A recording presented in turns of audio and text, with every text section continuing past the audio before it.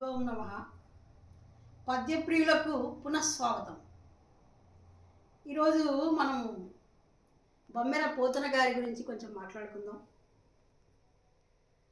పోతన గారు తెలంగాణలోని జనగామ జిల్లాలో బొమ్మెర గ్రామంలో జన్మించారు. ఈయన 15వ శతాబ్దికి చెందినవారు. సహజ పాండిత్యం గల కవి.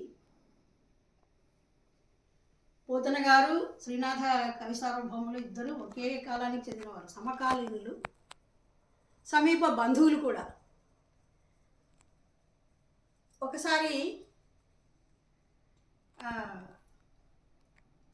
భాగవతము తన తన గొప్పతనమే, తన పాండిత్యం వల్లనే అని అనుకోకుండా ఆయన పలికెడిది భాగవతమట, పలికించడి విభుడు రామభద్రుండట, నే పలికిన భవహరమగునట, పలికెద వేరండు గాథ పలుకగనేలా అని గర్వంగా చెప్పినటువంటి వినయశీలి మహారామభక్తుడు పోతన గారు. తర్వాత ఆయన జీవితంలో ఒక అద్భుతమైన అనుభవం జరిగింది ఆయనకు. భాగవతాన్ని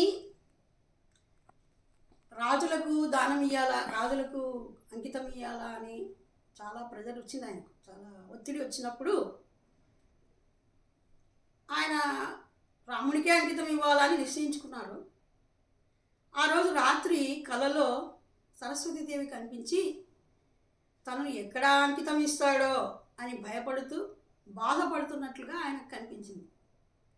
ఆయనకు కనిపిస్తే కాటుక కంటి నీరు చనుకట్టుపై ఇంబడ ఏల ఏడ్చదో అని ఆమెను ఓదార్చి, నేను ఎవరికి అంకితం ఇయ్యనమ్మా, రామునికే ఇస్తానని భరోసా ఇచ్చినాడు ఆమెకు.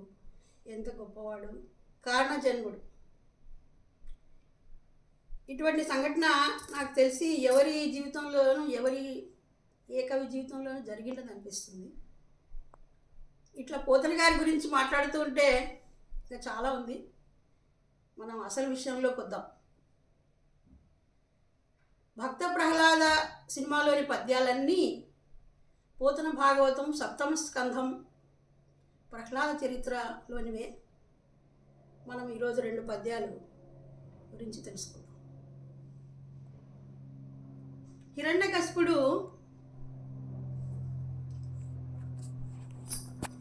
హిరణ్యకశిపుడు ప్రహ్లాదుణ్ణి హరిభక్తి పూర్తిగా విడనాడి తన మార్గంలోకే రావాలని ఒత్తిడి తెచ్చినప్పుడు, భయపెట్టినప్పుడు ప్రహ్లాదుడు హరిభక్తి ఒక్కసారి మనసులో నాటుకుందంటే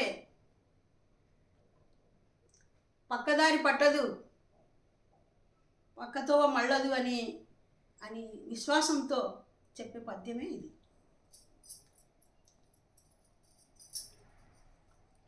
మందార మకరంద మాధుర్యమునదేలు మధుపంబుబోవునే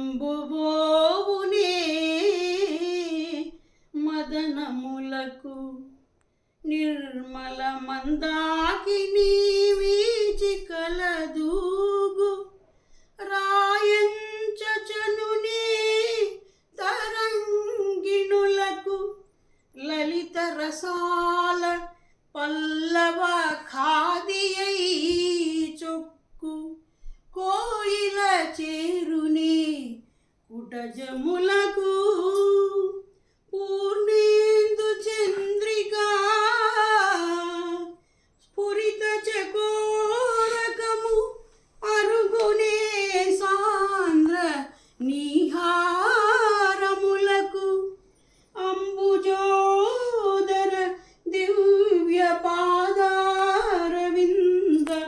చింతనామృత పాన విశేషమత్త చిత్తము ఏ రీతి ఇతరంబు చేరనేర్చు వినుత గుణశీల మాటలు వేయునేలా.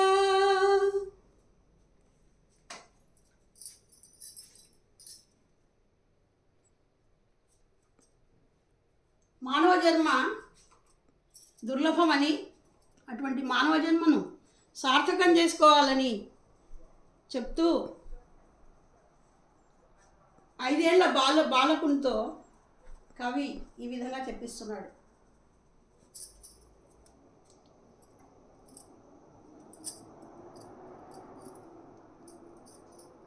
ఎల్ల శరీరధారులకు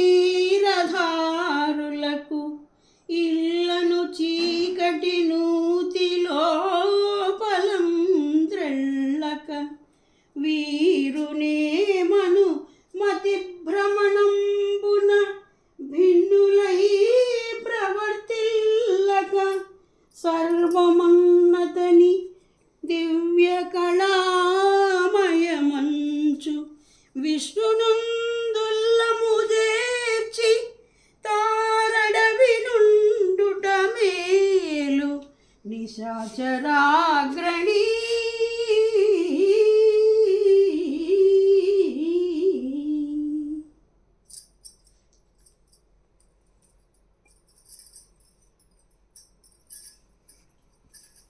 ధన్యవాదములు.